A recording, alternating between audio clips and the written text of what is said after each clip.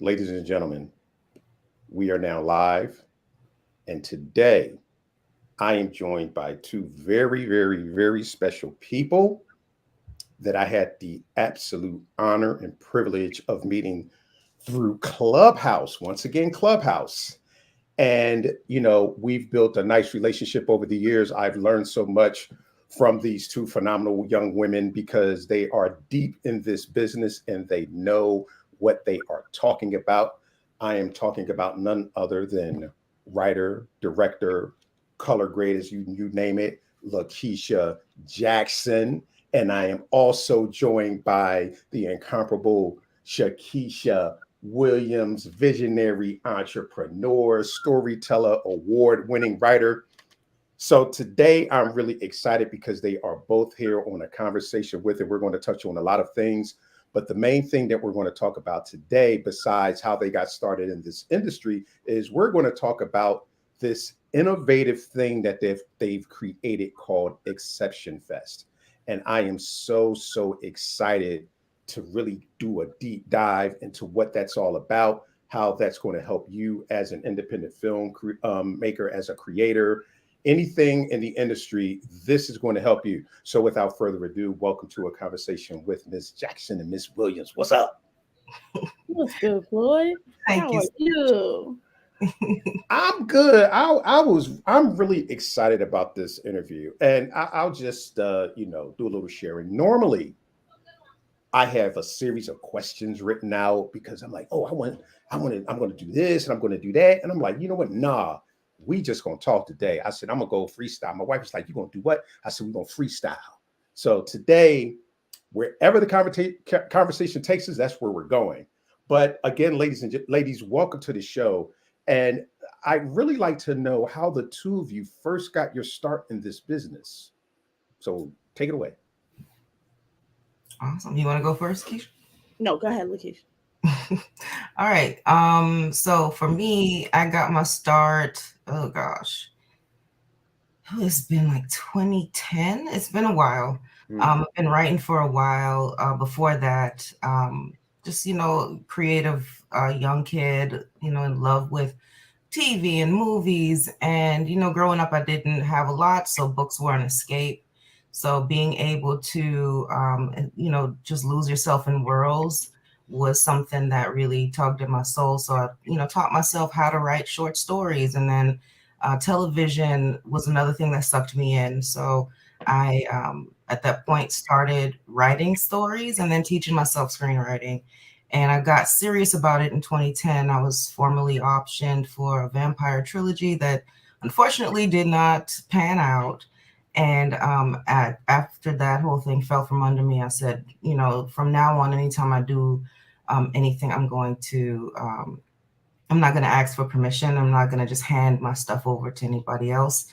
And I had a mentor named Joshua Butler, who's a director of Pretty Little Liars, Vampire Diaries, bunch of TV shows. And he told me one day, he was like, just get out and create. You don't have to go to film school. You shouldn't have to pay anybody to teach you to do what you want to do. He was like, pick up whatever and just go make something. And that's what I essentially did with my first crowdfunding campaign in 2018. And I funded my own web series called Shiny New Things. It was on the now defunct Fantasy Network channel, but now I'm getting ready to launch my own streaming service called Couch Picks, and it's going to be there with a few other creatives that you recognize and know, and so that's where I am right now. So Shakesha, you could go ahead and take it away.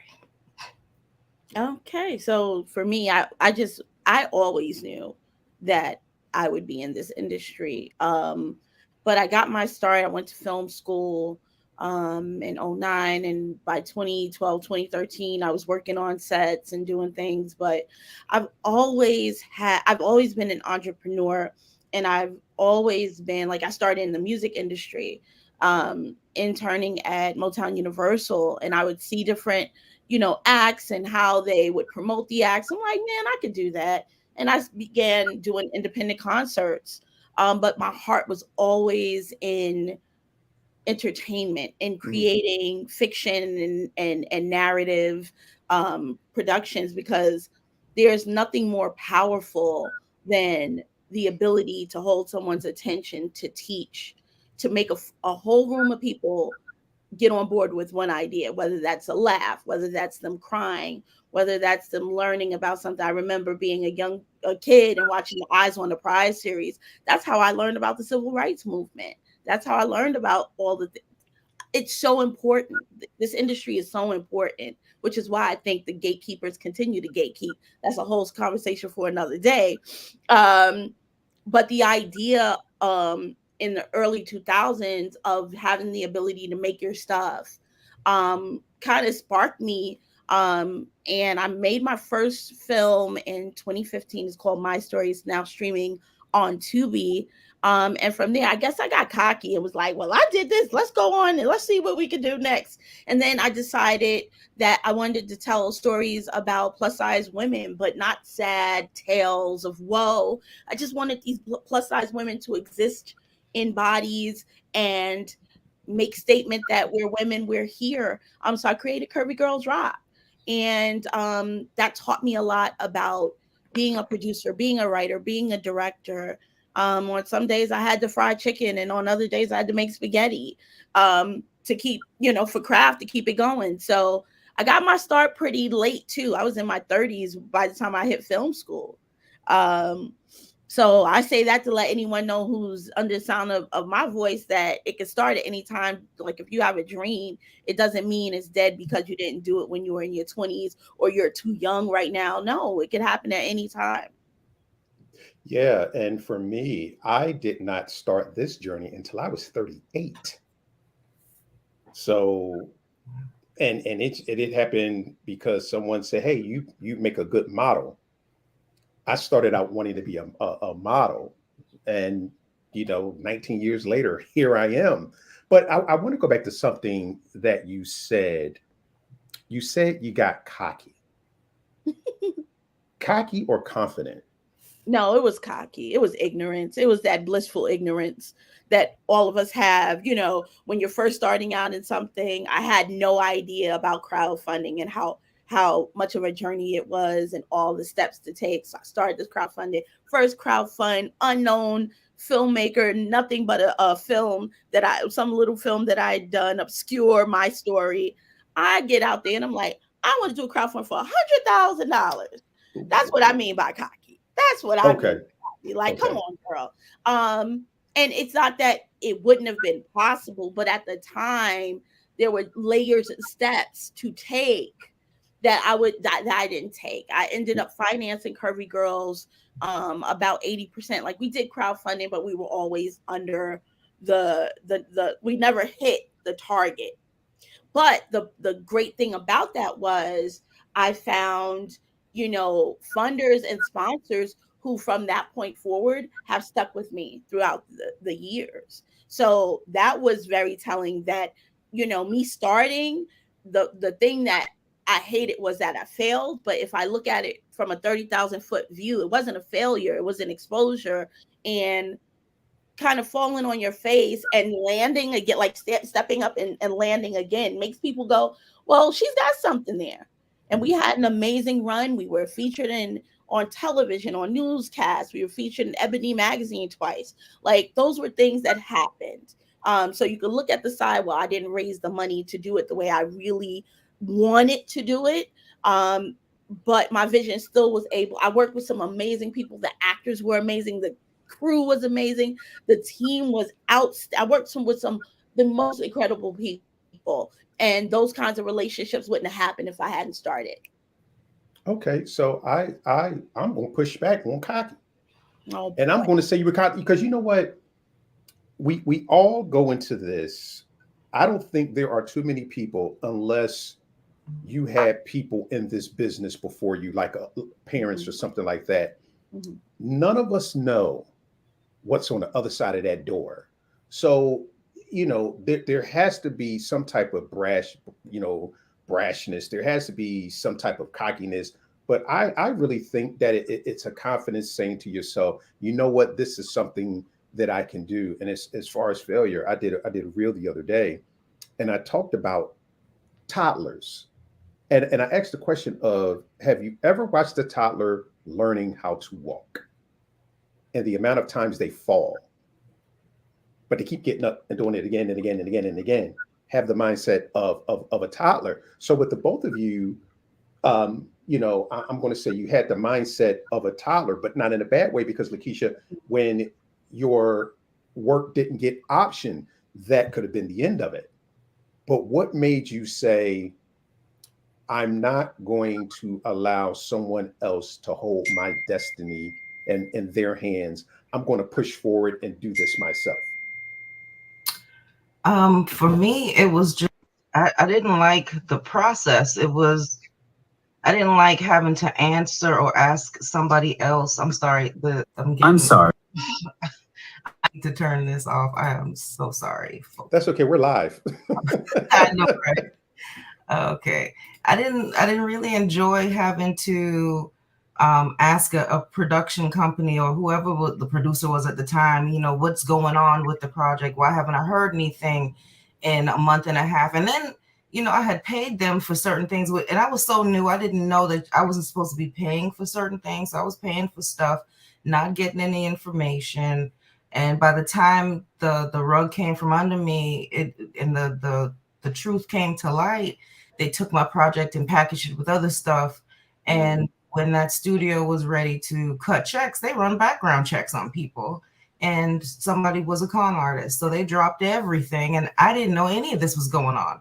And I was like, I'm not going to be in the dark anymore. If all you were acting as a producer, and I've been paying you, I've been producing my own stuff. So what are you doing that was so great that I couldn't do myself? So I decided, nope, from now on, if the rug's going to get pulled from under me, it's going to be because of me and my failure, and not because I gave it to somebody and put all my eggs in that basket. So I just taught myself as much as I could. YouTube University is a beautiful thing, because even when I went to film school, literally everything they were, quote, teaching, I already knew. So it was a matter of listening to that person who said, grab your camera, create something beautiful, and put it out there. And a lot of people do that, but some people don't do the homework of trying to learn the skill and learn the business. So I did take time to do that as well before I decided, okay, I'm going to go and ask strangers for money. Learning what crowdfunding is, learning how to do a pitch video, basically learning how to pitch strangers online, and have them help you bring a dream to reality. So, yeah. So the both of you, if you can kind of go into this, the business of this and building good relationships and collaborating with people, because with both of the things that you guys have done, Shiny New Things, Curvy Girls Rock, I wanted to get that right. You had to have relationships. You had to establish those. So if there's a young lady or young man that's listening to this right now, and Lakeisha, you touched on a phenomenal point, learning the business of this. So how important was it for the both of you to build collaborative endeavors and to build phenomenal relationships in this business for you to have the outcome that you had with Shiny New Things and with Curvy Girls Rock? It's very imperative to build relationships. The whole point of film school, they tell you, is to network, because those people in the class, that's going to be your first people, your first crew. That's your network. It's supposed to be. I went to film school, about 50 people, and there was one person interested in doing anything other than talking about film. And that one person I'm still working with today. We just all drove down from Orlando from a project, and without him, Shiny New Things wouldn't have happened. But because of him and because of our hard work, people who came on my set as extras opened up their homes to me, their businesses. And I look back, and I was just talking to him about this last night, and I'm like, but why? And it's like they saw your passion, they saw how you treated people, they see that you really have something to say, and they just wanted to touch that, they just wanted to be a part of that. And those people are still, like, we just wrapped a series in June, and all of those people from Shining New Things are in that series, and they, we either production managers, actors, whatever I need, I can call them and they're there. So it's important to build community, and even if you have to start with one, and sometimes that one might just be you, and it's possible you can do it, but it just takes that one person, and be good to people, because if you screw anybody in this business, everybody's going to know. It's a big business, but it's small, because that very same shoot we just finished filming on in June, another actress is trying to get something. I'm sorry. Oh my gosh. Do you hear that? Of course, because we're live, everything but somebody inquired on her. I can't even recommend her because of the experience. Yeah, other people. She's outside your door. She's outside. Yes. So every time That's your Uber. Right? But yeah, just being able to network and learn the business, and learn, the difference between the ISO of a camera and the reason for a lens. Like, it's just important to start with the basics and start someplace, but don't sit home and wonder, in 10 years say, I wonder what would happened if, you don't want to be that person. I know I'm all over the place, but I'll let Shakesha go, because she's going to be able to intellectualize it a lot better. No, it is a lot of a heart. It's a big heart thing. This is not I'm gonna say it with my chest. I don't care what nobody say. I think for most of us, here's the thing about anything that you do.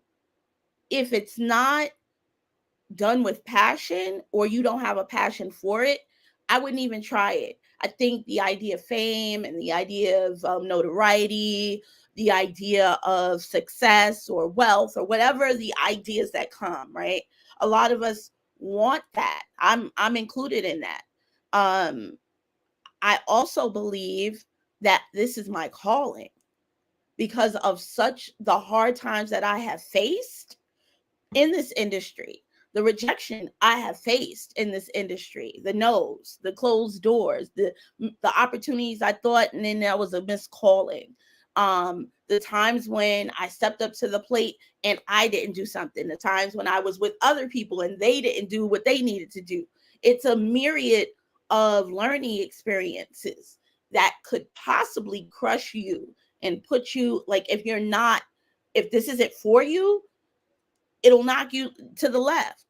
But anything that you do that is for you, anything that is your calling, you can't help but to come back to it. So every time I've ever said, I'm done, it's a wrap, I don't want to do this no more, it'll be an article, there'll be a motivational message, there'll be someone, like a friend will call and say, hey, I got some. So to me, that's my calling. I have no choice. I see myself winning an Emmy. I see myself, I write Oscar speeches every year. Every year. The only thing that is inclusive of my Oscar speech every year is my list of Black women who inspire me. That's how I will end my Oscar speech. The Black women in entertainment who've been doing it for a long time and don't get their flowers, and I'll be giving them their flowers in my Oscar speech. I'm serious. There's no doubt in my mind. It's just the win. The fates that line up to give you your opportunity only happen when you stick with it. It's the stick-to-itness in this business that kind of separates those who can and those who can't, those who win and those who don't. And what I also have to say is that we live in a society and a time when things happen so quick, and we have all these reality shows based on a 10-week frame, and then somebody, wins and is like given all this press or whatever. But the truth is, this is a very long and arduous road. Like, if you look at anyone from Kevin Hart to, I use Kevin Hart because he's such a good businessman. But if you look at, he was 15 years into doing comedy before he popped. 15 years. That's a long time to, but when it's your calling, you have no choice. You have no choice. So I believe that the calling of entertainment, just like to be a doctor is a calling, to go into law is a calling. I could never go into law and politics because of the things that I've seen in the system that are so unfair and built system deep that would just, I'd have ulcers all up. The doctor would say, how'd you get all these ulcers? And with this, I could get a headache or two, but I never give up. And people like Lakeisha, people like my boy Sean Mathis, people that I work with closely, people like K.L. Jones, people like yourself, Floyd. When I hear y'all, when I interact with you all, Brenda Gilbert, when I interact with you all, there's no possible way I could give up. No way I could give up. It's the belief that this is it. I don't have the reason why I'm not necessarily talking about something specific is because it's different for everyone. Mm-hmm. And I think when I don't know if I told Lakeisha this, I struggled with the idea of creating a class. You know why? Because it's almost to me like, but that's not so, that everyone's road is so different into this industry. When you hear Lakeisha's story, it's different from my story. You know, and our stories are different from your story, Floyd. So there's no one way to do it. I just say, be obedient to the thing. If you wake up every day and something is telling you right, and you don't know where to start, turn off your television, put a timer on for 10 minutes and just write. If your mind is telling you, you know what, go visit this city, go visit. Because those are the steps. I've talked a long time, and I hope I made sense. That's my thing. I hope I made sense. Oh no, you made perfect sense, and you said so many relevant things. You know, you mentioned some absolutely amazing people, and as you were mentioning those names, it brought to mind when you watch someone put a building. They're putting together a building, and namely an arch. If people see how arches are put together, oftentimes the stone next to the stone is what holds the other stones up. Mm.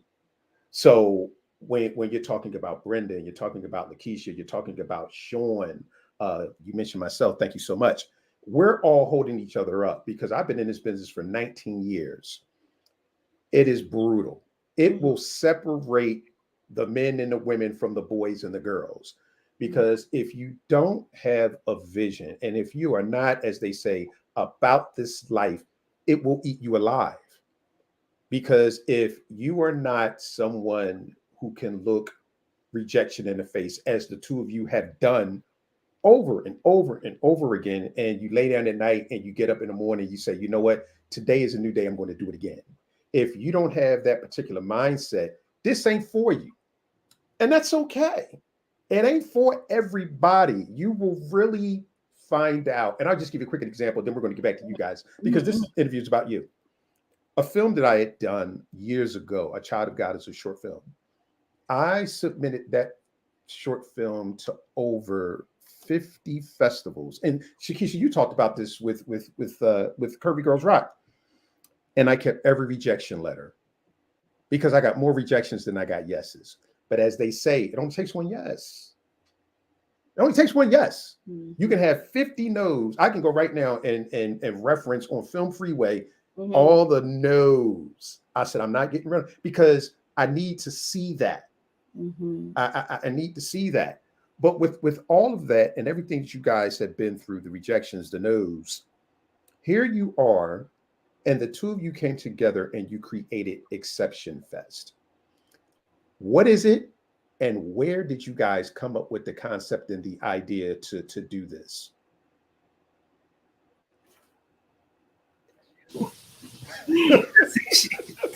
Point at me. So a while back, I had a thought of doing a festival that went nowhere. So I created the Film Freeway, and it sat there since 2008. So the name, it was there for a while, just the name. And one day, it was about 2 years ago now, Keish, we were on the phone. We both were a little defeated just in general, because we had done the clubhouse run, like, because we all was deep in clubhouse, and we were in between projects, and it's just like, well, what can we do, or what is it that we wish other people had told us about this journey when, before we got started, so we could maybe not hit these lulls. And we just started talking, and I don't know what I said that made Shakesha say, literally, she was like, let's just do it. And I was like, do what? She was like, let's do exactly what we're talking about. We had like a, I don't know, an hour-long talk about everything we learned, all the pitfalls, all the things that we had to learn the hard way, um, all the gatekeeping, because gatekeeping is not just at the top; it's at the side. They say reach across the aisle. Well, there's gatekeeping there too. Believe you me. And so we wanted to say, for people who had no idea where to start, let's just tell them, what we know. And we were talking about the fact that we sat on Clubhouse, and I told everybody I knew to get on Clubhouse when it was popping. But those rooms, I always was in rooms with you, Shakesha, Tamika, Sean. Like, it was just the 20 or 30 of us always in these rooms dropping the gems, as they said, all the mod squad stuff. And a lot of people miss those rooms, and it was like, wouldn't it be great if we could get people in this room, but in person, and not only just give them, the opportunity to hear it from the horse's mouths, but give them actionable steps. Because yeah, we used to talk on Clubhouse, but nobody really was getting actionable steps to go behind it a lot of times. Or if somebody gave them actionable steps, they were still lost, because I get the DMs. I can pull up the DMs after a Clubhouse. Hey, I just heard you in the Clubhouse room. Could I send you this? Could you give me more information on how to do that? And it's like, but homie just spent 20 minutes telling you, what to do. But still, to them, a lot of that stuff is out of reach or out of their realm. So anyway, we were like, okay, boom, let's start from the beginning. You got your pre-production, your post, and the aftermath. What is it that we've learned in Clubhouse, and from what we know, how can we put that in an actual 3-step process, conference slash festival slash competition, where people can actually learn, people can actually put what they learn to use, and then we could actually help them take what they learn and actually make something at the end of it, and not just say, okay, just a what was that? I have no idea. I don't know. So we just wanted to be able to help people, actually give them some money to make something, and be able to say, I learned from Brenda, I learned from Sean, I learned from Tamika. I got to listen to these people for over a year and a half. Now I get to see them. I get to actually talk to them in person.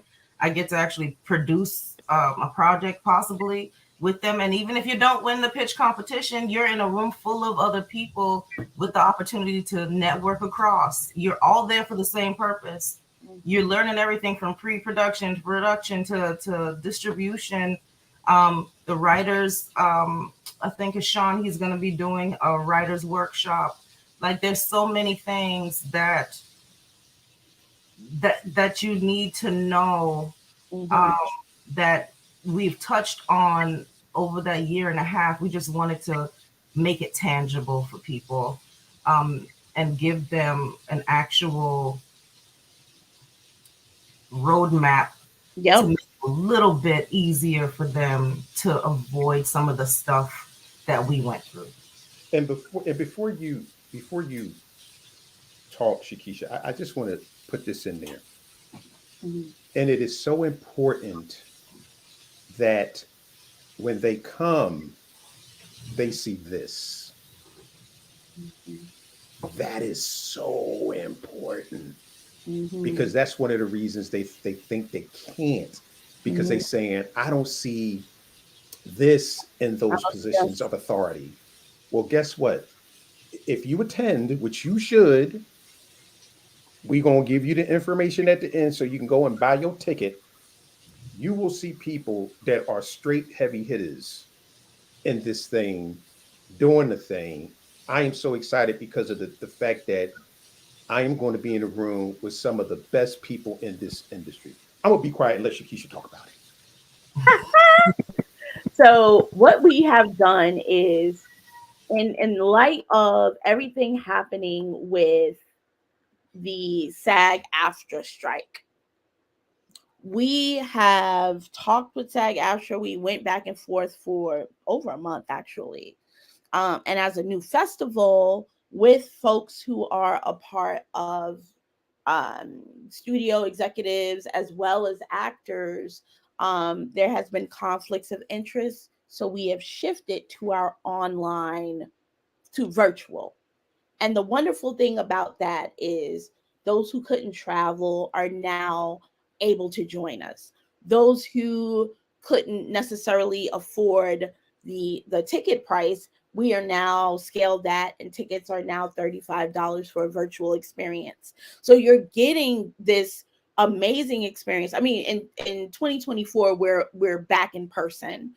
But we are now giving access to folks who didn't have it before. Not only are we now giving access to people who may have not been able to travel to Atlanta for the in-person conference, but now if you are a filmmaker and you submit your film to the film festival, whether it's a short film or a web series episode, you now are in the running to be a part of the pitch competition.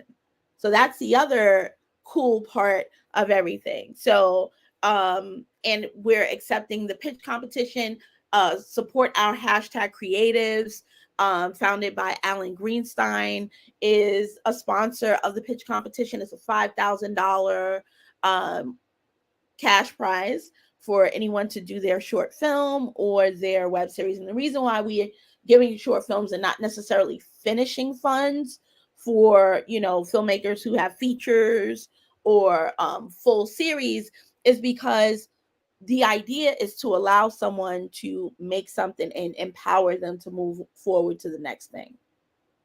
We're hoping going down the line and eventually we hope that the cash prizes can get bigger, and we can open it up to feature films as well. And the pitch competition is amazing because we have Brenda Gilbert of Braun Studios. If you know anything about Braun, they were the forces behind Judas and the Black Messiah, an Oscar-winning film, House of Gucci, The Joker, Fences with Denzel Washington. They are a massive conglomerate, and they are amazing. Brenda Gilbert, who is a phenomenal executive and just a really beautiful, sweet, and intelligent individual who will give us so much, because she's going to also be on the panel with Brett Dismuke from All Black,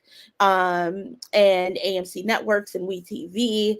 And All Black gives indie filmmakers across the board just so much love. So it ain't all, if it ain't all black, it ain't nothing. Michelle Sneed, former president of Tyler Perry Studios at Tyler Perry Studios. She now owns her own. She's CEO and the founder of A Few Good Women Productions, based out of LA now. She's coming. She actually spoke at CultureCon. I heard her panel was phenomenal. So we have these three amazing people not only on a panel, but they're also judges for the pitch competition, along with a few other of our close friends and colleagues. So I think, and including us, we're gonna give our 2 cents. I think this is just a phenomenal opportunity. And to be honest, if I and again, speaking on like vulnerability, just being vulnerable, we were crushed because we had spent so much time planning this in-house event, this in-person event. Mm-hmm. What we had to do, and what most filmmakers or anyone who's an entrepreneur, anyone in business has to do sometimes is pivot. And pivot isn't necessarily a thing where you're like, oh God, it's no, it's not failure. Pivot is change. Pivot is, and I'm also a woman of faith. So my belief is that sometimes God will just edge you in a different direction, and it's always for a reason. It's always for a reason. We don't know the outcome, if you push forward and you do something. And to be honest with you, what SAG, AFTRA, and the WGA is fighting for everyone's ability to earn an honest living, to earn money, to live, to make enough money to thrive, to make enough money to pay health insurance. These are just common things that everyone wants to do. Why should because I'm in an industry where I'm a creative, be treated any differently? So what they're doing is a righteous thing, and I honestly, Lakeisha and I are 100% behind what is happening as writers, and as people who support actors. We're 1,000% behind these people who are trying to just get what they deserve. That is all. It's been kind of for years, just kind of like these murmurings. But now that we're out here, I think the great thing about it is it has spawned other industries and other unions to begin to strike and to begin to. It's just like a year of people saying no more, no more. So I'm all for that. So if we take it virtual this year, I'm fine with it, as long as SAG, AFTRA, and the actors are taken care of. So yeah. So how will you guys be doing the breakout rooms? So basically, it'll be how will you guys be doing all of that?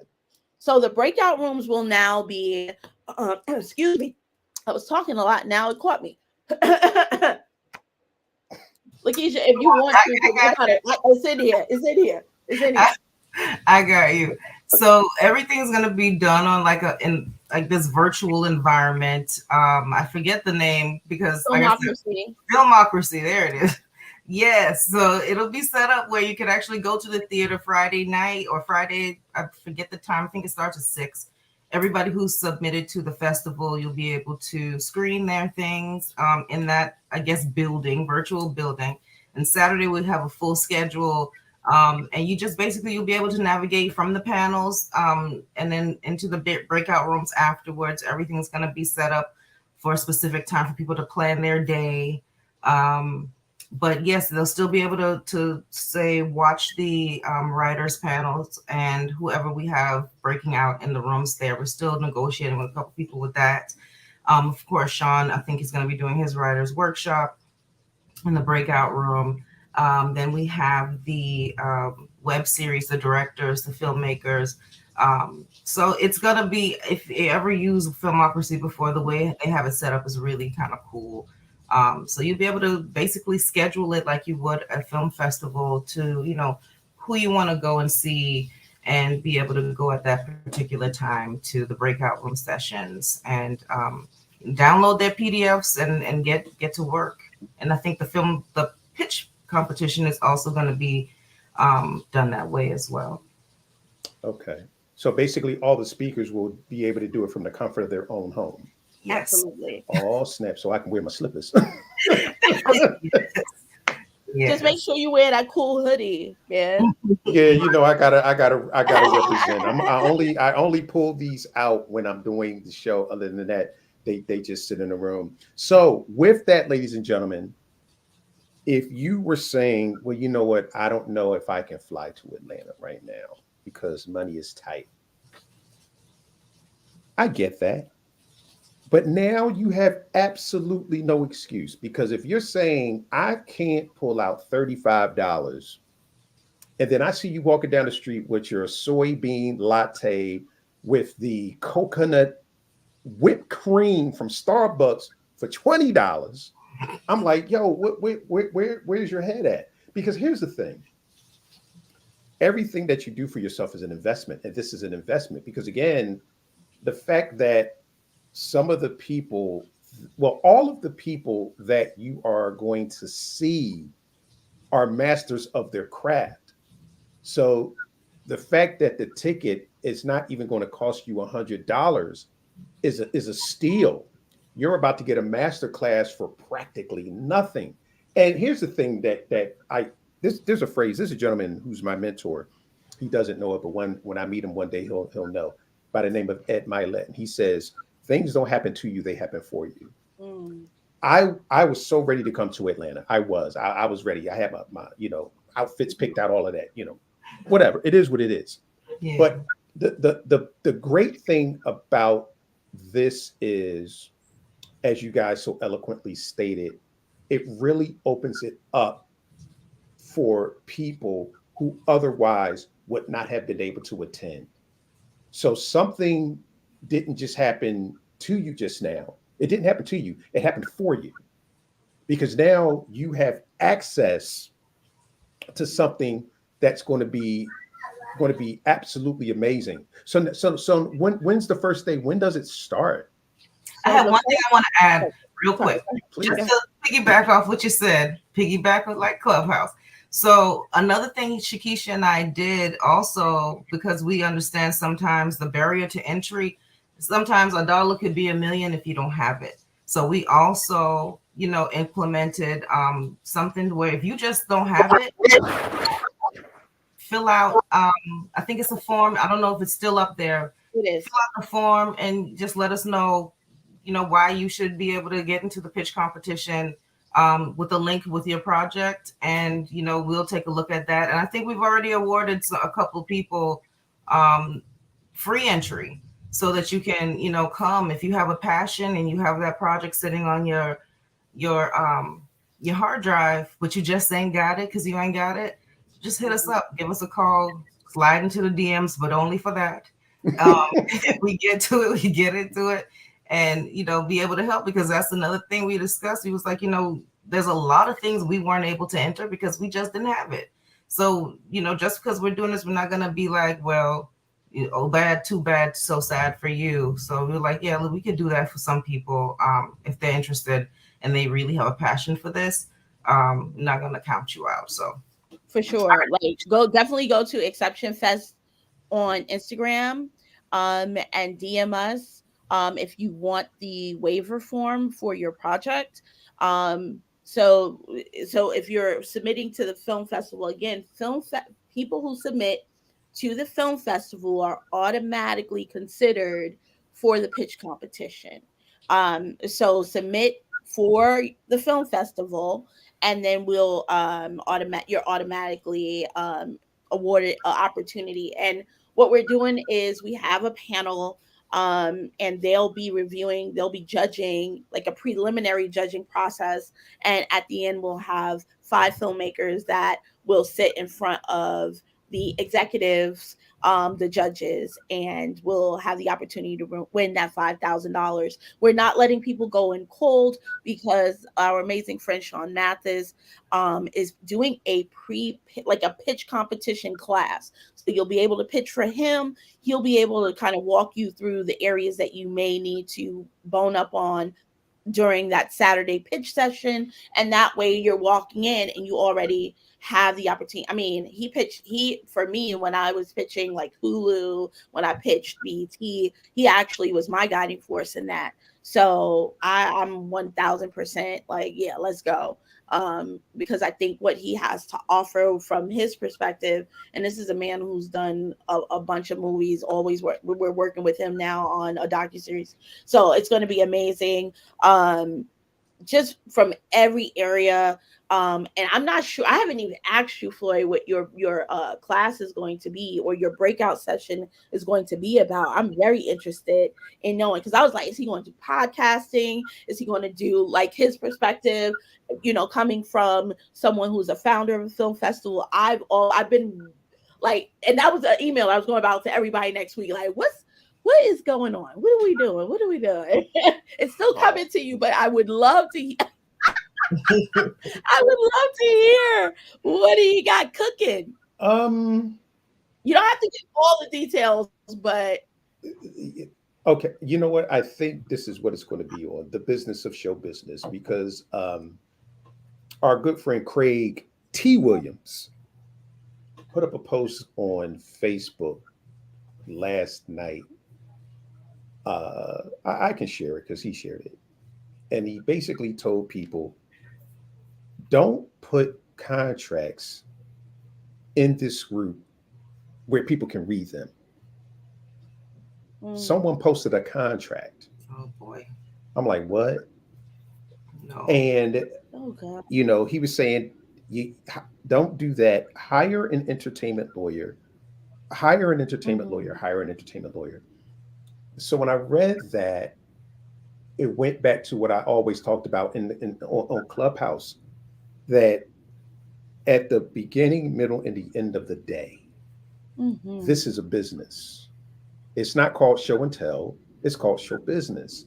And so many times creatives get caught up in, I just want to create, and they have absolutely no idea how to conduct business, not understanding that you are the business entity, and what you are writing, what you are shooting, and all of that is a product that you are about to take to market. And if you don't know how to do that, then you're going to go out of business. So that's what my class is going to be on. The business of the business. So yeah. And I think it's so important. And this is just like an example of why we're doing Exception Fest. Because what I wanted, even on the panels, are the discussions and that spark. I want people to walk out unafraid and unabashed. I want somebody to walk out feeling empowered. I want somebody to walk out feeling great, but I also want them to walk out with one thing that they can do toward their career.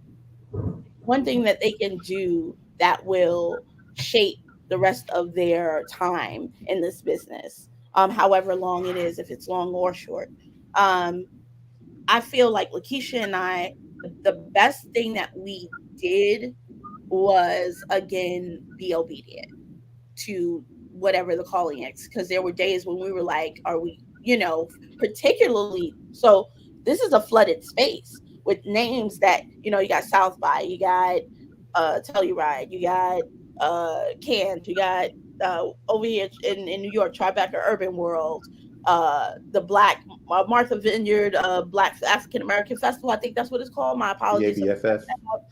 ABFF. You have all of these festivals, and we're coming to we're coming in the new kids on the block. So it wasn't being cocky and or confident. It was, I believe that your pain is someone else's teachable moment. We gotta use the things that have plagued us or the things that we've lived through to teach someone else, to give them the opportunity to grow and maybe avoid some of the stuff that we went through. Like if we could teach somebody to avoid some of the things that we went through, I wasn't planning on doing a breakout session, but I might have to do one on instinct, because people don't trust their instincts enough. They don't trust the little voices, and instincts in this business is key. It's paramount. And our instinct to do Exception Fest, I think we were right on the money. So 1000%. Lakeisha, did you want to add anything to that? I didn't want to jump in. No, I didn't. I mean, she's correct. I just want people to walk out feeling less alone, because this is another thing too. Like I was talking to my crew I brought from South Florida up to Orlando about, where we're at here. Like I didn't know they were other filmmakers doing the same thing in my city. Everybody works in silos. In certain cities, people don't want to collaborate. They just want to keep everything close to the breast. They want to gatekeep from you don't have nothing to gatekeep. Like what are you going? What are you gatekeeping? An empty building. Festival? Like give me a break. Like work together. Like that's what irked me. We all have all this equipment sitting in the closet collecting dust. We'll go to Starbucks and we'll buy up all the coffee, pontificating about lenses and color grades and framing. But when it's time to actually get your ass, on the set and work, you start hearing nails scratching the top of heads. I got so sick of it. So I want people to go there or be virtual reach out to the people in those rooms and start building your community. Find somebody who could write, who wants to direct, who's interested in marketing, social media. Create something together. You don't need a lot of money. I did a short film for $300, and that was because I paid the actress $100. I paid the cameraman $100 and the makeup girl $100 for the day, and I might have spent 25 to 30 on food. And we created a short that was, that just got accepted into a film fest. 1 day shoot.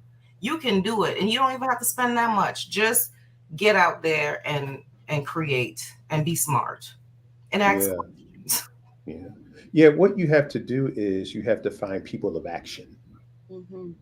That's what you have to do. You have to find people of action, because I read an article that you did, Lakeisha, and you talked about your frustration with people talking the talk but not walking the walk. And you have so many of them in this business. I don't spend too much time on those people. I'll allow everyone to talk, say what you're gonna say, but then when it's time to put the rubber to the road, where we at? And if you're someone who's always saying, well, I got something in the works, and I'm not seeing anything, then I know that you are just someone who likes to hear yourself talk. Listen, even if you make a bad film, you made a film. We all start somewhere. If we keep doing it, we get better. But have you started it? As you guys said earlier, starting is the main thing. Start, because what'll end up happening, if people see your drive, they see your passion, they are drawn to that. You know what? This is interesting. There's a reason why we all ended up on Clubhouse together. It's because of our similar energies, because like draws like. You understand what I'm saying? Lakeisha, you a hustler. Shakesha, you a hustler. I hustle. That energy, which is physical, is drawn to each other, because people that are doing things will always find each other. They will always find each other.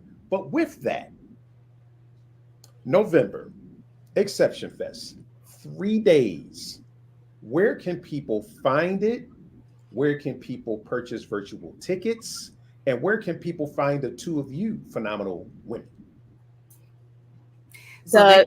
All right, so they can find tickets at ExceptionFest.com, www.ExceptionFest.com. I believe our Instagram is it ExceptionFest1?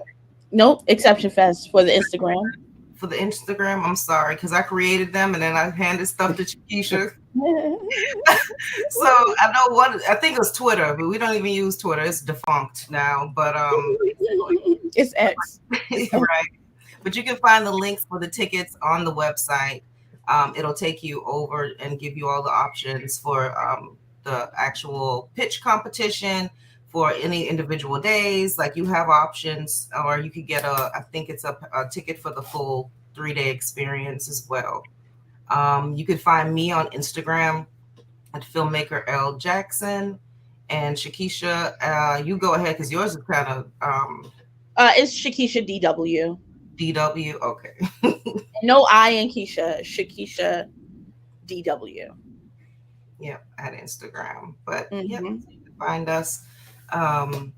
But yeah, thank you so much, Floyd. Like, I know I'm tired. I'm a little, wouldn't say jet lagged, but oh my God, I'm glad we did it. And I hope that even if nobody watches this today, live, whatever, if we get one person to at least. Oh no, we had people in here. Well, that's awesome. But I hope one person is inspired to at least come and check it out, and or pick up their iPhone and go make something. Go make something tomorrow and put it out there. And it's going to be horrible. The first thing, it always is. But keep trying. And it'll go on Tubi. It'll be accepted on Tubi. Yeah, boy. Well, that's a whole other conversation. Oh, this week we spent some time on some bad TV films. Oh my goodness. I won't name them. Lordy. That's cool. Yeah, Tubi. Yeah. God bless. But here's the great thing. I'll say this. people are making lemons into lemonade. Mm-hmm. Whether you get your pennies from Tubi as a filmmaker, as a creative, and in that pool of nothingness, if you're a hustler, as you put it, Floyd, if you're a hustler, if you learn marketing, social media, having your stuff on Tubi, there's an audience for you. Even if your stuff isn't great, there's an audience that can resonate with something that you did. And it's not your family and it's not just your friends. It's Mm-hmm. actually someone sitting in their room thousands of miles away, and they're like, "Oh, I enjoyed that. I love that. That was kind of cool."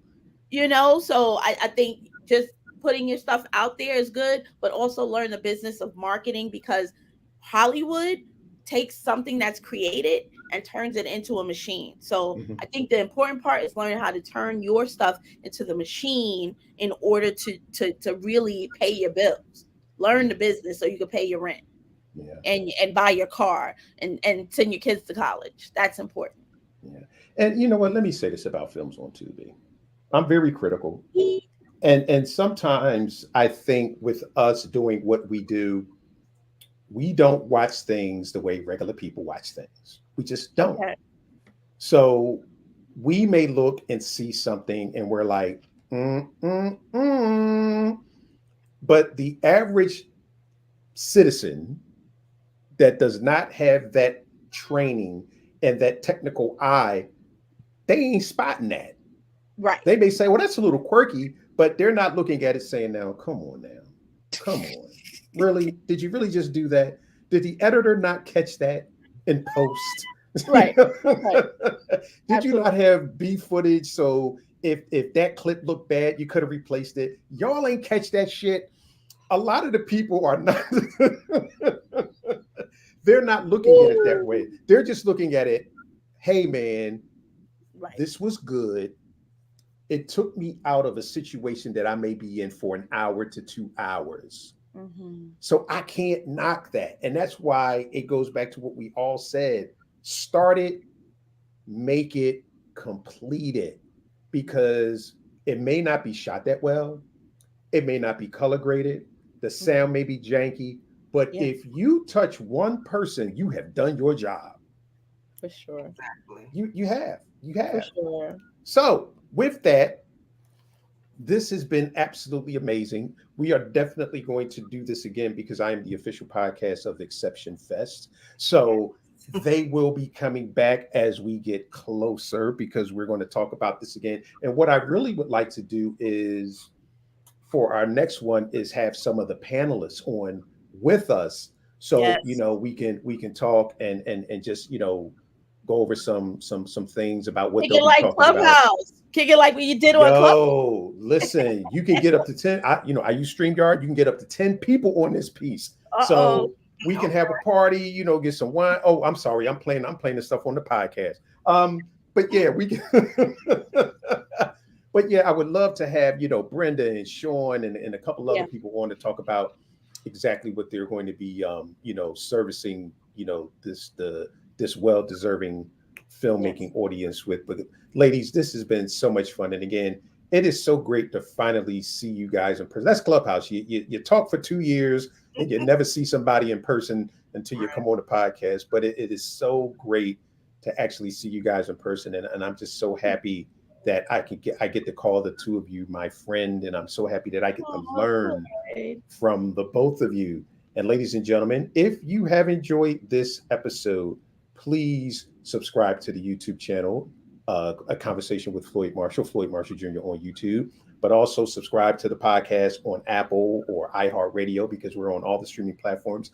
And make sure you share it with your friends.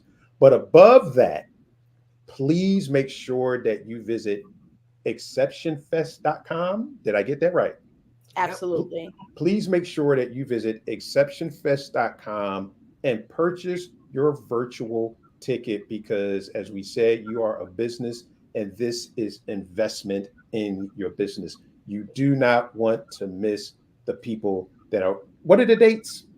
November the 17th through the 19th. November the 17th through the 19th. 3 days of heavy hitting master classes for a very low price, and you get to do it from the comfort of your home. Also, before I leave, let's say, for instance, someone can't attend the 19th, the 17th through the 19th. Will they be able to purchase it at a later date and go back and look? Just, if they just wanted to look at the breakout classes, would they be able to do that? Our plan is to definitely have replays available.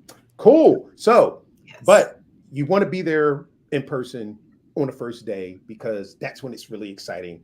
But again, ladies and gentlemen, thank you so much for being here. And as always, love this like a hobby, but above all else, treat it like a business. Good night. Thank you. Thank you. Bye-bye.